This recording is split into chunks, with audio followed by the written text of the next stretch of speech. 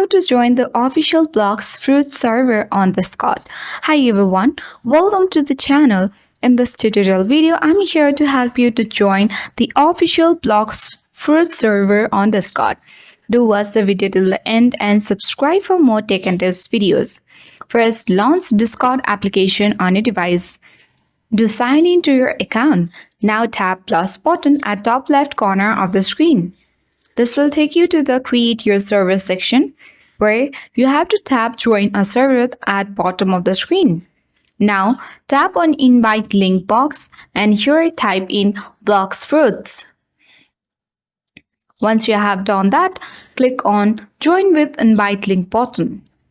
And a pop-up menu box is up here where you have to accept the invite, or if you don't want, you can tap No Thanks as well. So let's tap Accept Invite button and tap Got it.